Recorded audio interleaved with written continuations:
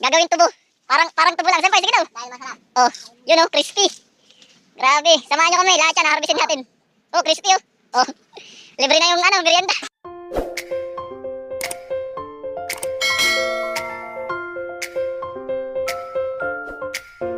Good morning mga kasaka. Ito na yung pinakahihintay natin. Samahan nyo kami. Pasok muna tayo dun sa loob. Hus. Grabe ang haba nito. Ang lalaki niyan. 2 kilos ang isa. 2 kilos mahigit. Ayan oh. Pakita namin sa inyo.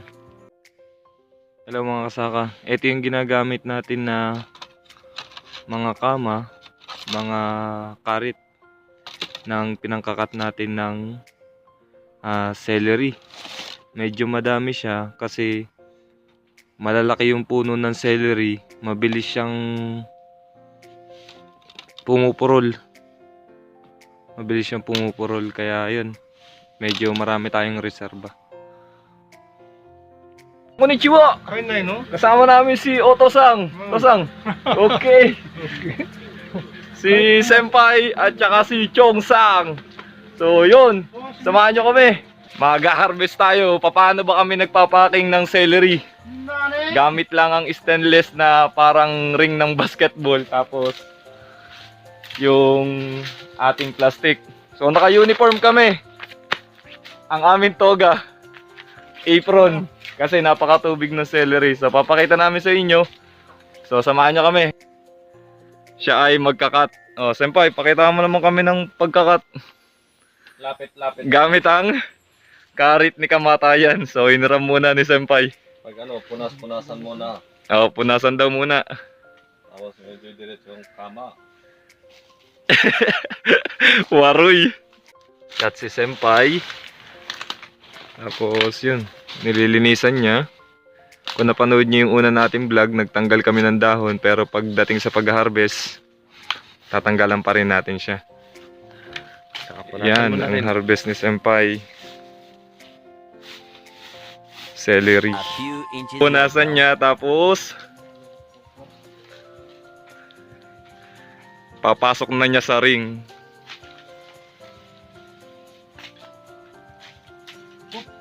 Oh, nabali. Lagyan mo na yung soil. Yun, ganun lang po. Yan, ito naman yung ginagamit natin doon sa box ng S, 2S, L, M, tapos 2L. Yan, ito. Pag 2L, 5 yung laman niya. Pag L, 6. Pag M naman, 7 yung laman nilalagay natin sa kanya. Dito, pag S, yan, 9. Tapos pag 2S, yan, 12 yung nilalagay niya. Tapos pag B naman, pag B, yung mga pangit na celery natin, ito, nilalagyan din natin siya. Ayan, ito yung box ng Sang L. Yung malalaki. Yung 2.5 hanggang 3 kilos and up. Yan. So, mga kasaka, magtimbang naman tayo nung mga hinarvest natin. Okay, dito lang tayo kukuha. Tapos ito, may timbangan naman tayo. Pakita ko sa inyo kung paano siya. Yun. Pag L, mapansin ninyo, 1.6 hanggang 1.9, binubukod natin siya. Para hindi nalilito yung naglalagay ng sa box. Kuha ulit, tapos lagay natin. Ito. Pag 2 kilos o 1.9 hanggang 2.5, pansin nyo, 2L. Lagay lang natin siya dito. Alam na nung maglalagay sa box yan mamaya kung anong sizes siya. Ito oh, pag 1 kilo hanggang 1.3, ayan, makita naman natin, small siya, S. Dito natin siya isasama sa L, pero nakabaligtad. Yun.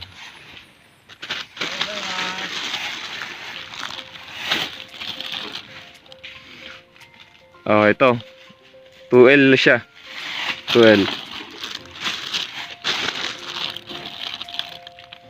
Ito, mapansin nyo, pag 700 grams hanggang 1 kilo, double S naman siya. Kanina, doon sa double S, doon sa box, kailangan 12 yung laman niya. Kasi maliliit siya.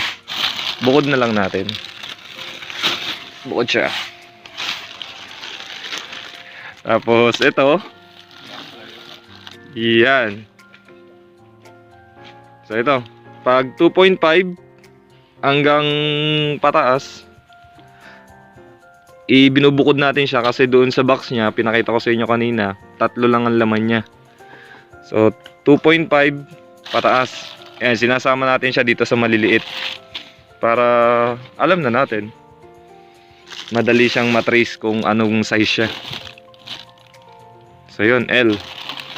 Halos panay L. 2L. Yun, medium. M naman. So, 1.3 hanggang 1.6 M siya. Ang ginagawa namin dito, sinasama natin siya dito sa 2L. Pero, medyo nakataas siya ng konti. Para madali siyang i-box. Alam natin yung sizes niya. 2L. Halos karamihan dito 2L. Kasi sakto doon sa buwan yung harvest natin. Yun, ang bibigat niya. Isang piraso, mahigit 2 kilos. Yun. May na-harvest din kami na bee. Yung bee namin ay, ayan, mapansin nyo, pangit siya. Kaya nilalagay natin sa bee. Pero tingin namin, mahal kasi ngayon ng celery, kaya yung bee ay ano pa rin ni boss, pinapalagay pa rin sa plastic. Pero pag wala na, tapon na yun.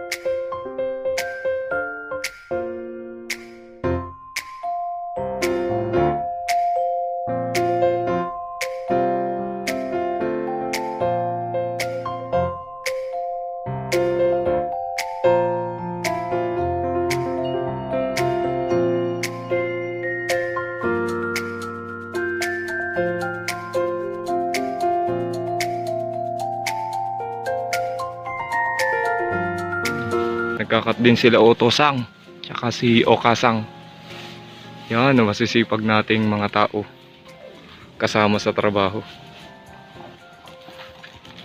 Tayo naman, tapos na kami. Yatta.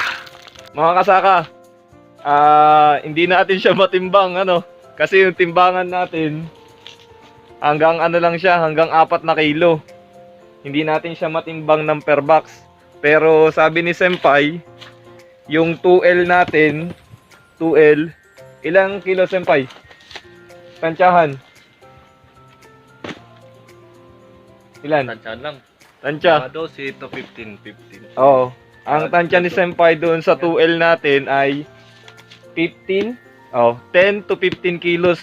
Kasi pag 2.7 to 2.5 o 2.7, ano na, 5. Oo. Mga 12 kilos. Mga 12 kilos. So, ganun. 10, 12 o hanggang 15. Yung 2L natin. Pero sa 3L natin, kasi 3 piraso lang siya, ito yung tumitimbang ng 2.5 pataas. So, timbang mo, Senpai. Tansya mo. Sa tansya ko, pre, Hmm. ano to, baka 9 kilos. So, tansya ni Senpai, mga 9 kilos. Sa L, Senpai, L. L?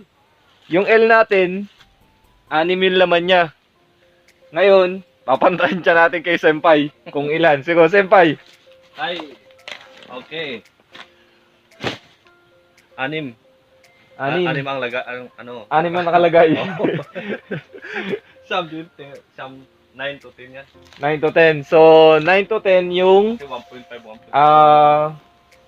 L natin. Kasi ang timbang lang yan pag L ay 1.5 hanggang 1.8. Doon siya naglalaro. So, yun, mga kasaka. Samahan nyo naman kami. Ilalagay naman natin to sa truck. Siyempre, gamit pa rin natin yung ating magandang sasakyan. So, kung napanood nyo yung vlog natin doon sa Lettuce, ito pa rin yung gamit namin. So, siyempre, ito yung Mitsubishi made in Japan na sinare ko na sa inyo nung nakaraan, nung nag-Lettuce kami. So, pwede siyang paki, pwede siyang pasusi, o pwede rin siyang pahila. So, converted naman siya. Few inches later.